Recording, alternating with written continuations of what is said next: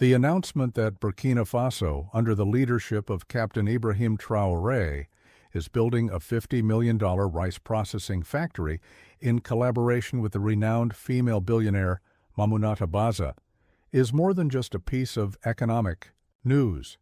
It represents a fundamental reshaping of how African nations see their future, how they design their development, and how they intend to control their destiny in a world where economic independence is often the dividing line between dignity and dependence. For generations, the story of African agriculture was written by others. Colonization imposed systems that extracted raw materials from Africa while returning little value to the people. Even after independence, the pattern continued as international. Institutions, foreign corporations, and external investors dictated the terms of African economic life.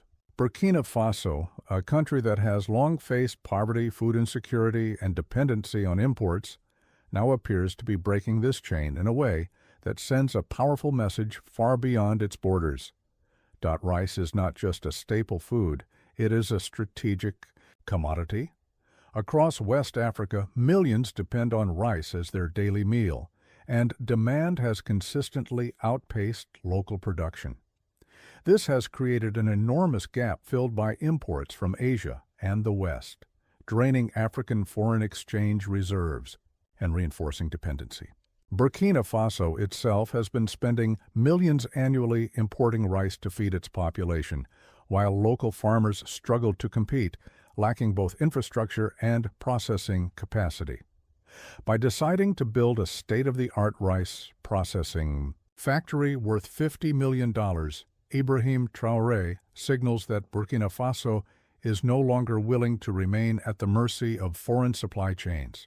Instead, the nation is determined to harness its own agricultural potential, create jobs, and ensure food sovereignty. The partnership with Mamunata Baza adds a profound dimension to this story.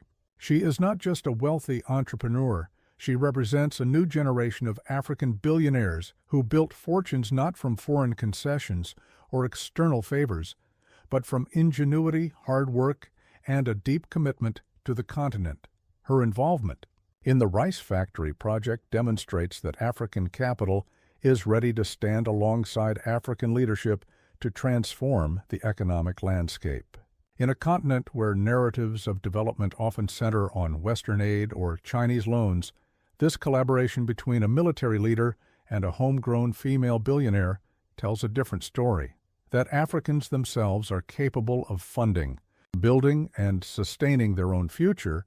The rice factory is designed to process vast quantities of locally grown rice, elevating the value chain from raw harvests to packaged, market-ready products. Farmers will no longer be forced to sell their crops cheaply to middlemen who exploit their labor.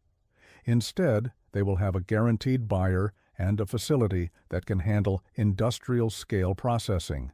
This means higher incomes for rural communities, job creation for young people, and the stabilization of prices for consumers. The ripple effects are immense. By localizing production, Burkina Faso reduces the need to import, conserves foreign exchange, and strengthens national pride. Moreover, the factory is not just about rice. It becomes a model for how industrialization can be rooted in agriculture, the backbone of most African economies. But why is this development so shocking to the world? Because it challenges entrenched economic interests. Western corporations and international traders profit enormously from Africa's dependency on food imports. Every ship that sails from Asia to West Africa loaded with rice is a symbol of Africa's continued subordination within the global system. For Burkina Faso to declare that it will not only grow, but also process and distribute its own rice shakes the foundation of this structure. The message is clear. Africa can feed itself and it can profit from its own resources. That threatens industries, governments, and trade systems that have long relied on African weakness. Mamunata Baza's role cannot be underestimated. As a female billionaire, she symbolizes the breaking of multiple barriers. In societies where women have often been denied access to power and capital, her success story demonstrates what is possible when determination meets opportunity. By investing in the rice factory, she signals to other African entrepreneurs, especially women, that it is possible to play at the highest levels of economic transformation. She is not just backing a project. She is aligning herself with a movement led by Ibrahim Traoré, a movement that speaks of dignity, sovereignty, and liberation from economic chains. Traoré himself is no ordinary leader. Rising as one of the youngest heads of state in the world, he embodies a new energy sweeping across Africa, bold, unapologetic, and determined to place Africa's interests first. Where older leaders may have compromised with external powers, Traoré is setting a tone of defiance and vision. His speeches emphasize the importance of sovereignty, and his policies are increasingly reflecting that rhetoric. By prioritizing agriculture and food processing, he is addressing the most immediate and practical concern of his people, the ability to eat, work, and live with dignity. The rice factory, however, is not an isolated project. It is part of a larger vision. Traoré has been calling for African unity, for self-reliance, and for a break from the dependency syndrome that has defined the continent's relationship with the rest of the world. Agriculture is the foundation, because without food, sovereignty, no nation can claim true independence. But beyond agriculture, the plan is to stimulate industries, diversify the economy, and build infrastructure that serves the people rather than foreign investors. The factory therefore becomes both a physical structure and a symbolic declaration of intent. Critics in the West and within some African elites may dismiss the initiative as small compared to the massive industries of Asia or Europe, yet they miss the point. What matters is not the size of this single factory, but the precedent it establishes. If Burkina Faso can build its own rice industry, then so can Mali, Niger, Ghana, or Senegal. If Mamunata Baza can invest her fortune in national development, then so can other African billionaires. The rice factory is therefore a seed of industrialization, sovereignty, and African confidence. And like any seed planted in fertile ground, its growth can inspire a forest of change across the continent. The social impact is equally significant. For the young people of Burkina Faso, many of whom face unemployment and despair, the factory offers hope. It offers jobs not just in processing, but also in logistics, management, marketing, and distribution. It creates opportunities for engineers, accountants, and technicians, allowing talent to remain in the country instead of fleeing abroad in search of better prospects. For farmers, especially women, who make up a large percentage of agricultural laborers, it provides stability and empowerment.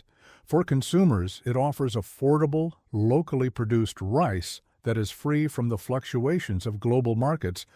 International reactions have been telling. On the one hand, African nations have praised the move as an example of leadership and foresight. Leaders from across the continent see in Traoré's initiative a model for self-determination. On the other hand, some Western voices have expressed concern, framing the development as isolationist or anti-global. But this rhetoric reveals more about their interests than about Burkina Faso's choices. For decades, globalization has meant that Africa remains a supplier of raw materials and a consumer of finished goods.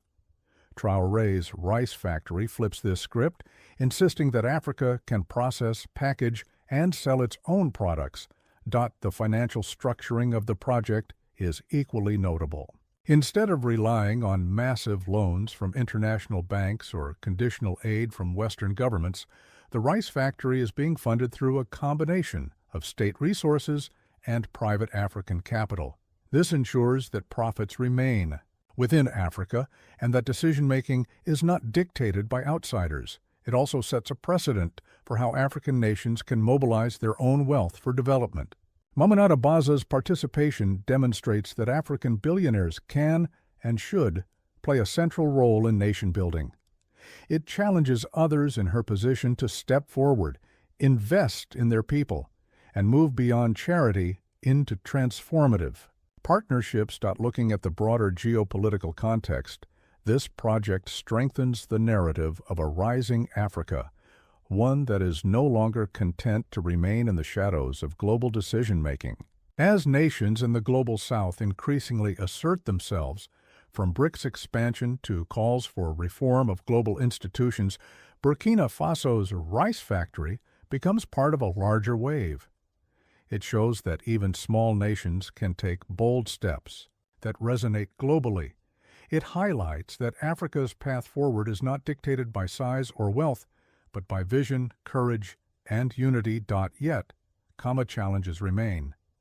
Building the factory is one step, ensuring its sustainability is another. There will be pressures from international competitors, attempts to undermine the initiative, and internal obstacles, such as corruption or inefficiency. The success of the project will depend on good governance, transparency, and continued commitment. But even if obstacles arise, the fact that Burkina Faso dared to start this journey is itself revolutionary. It breaks psychological barriers that have long told Africans they cannot industrialize, cannot compete, and cannot control their own destinies.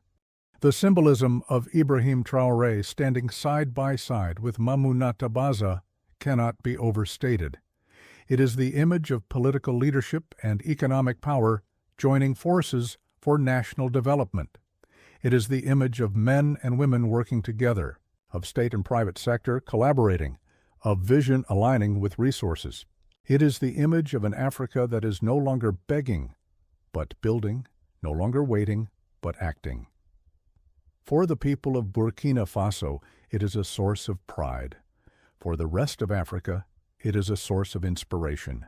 For the world, it is a reminder that history is shifting, and that Africa will no longer be defined by dependency, but by determination. The rice factory is therefore much more than machinery, concrete, and steel. It is a story of sovereignty, of gender empowerment, of economic transformation, and of political courage. It is a story that redefines Burkina Faso's place in the world and contributes to the broader narrative of Africa's rise. As the factory comes to life, as rice fields feed its operations, as bags of Burkinabe rice enter local and regional markets, a message will be written in every grain. Africa can rise, Africa can feed itself, and Africa can claim its rightful place in the global economy. And perhaps this is the most powerful lesson of all. That liberation is not only fought on battlefields or in political chambers, it is fought in the soil of farmers, in the investment choices of billionaires, in the vision of leaders, and in the resilience of ordinary people. The rice factory represents all of this. It represents a future where Africa is not defined by what it lacks, but by what it builds. A future where Ibrahim Traoré and Mamunata Baza are not exceptions, but examples. A future where the world is forced to recognize that Africa's time has come.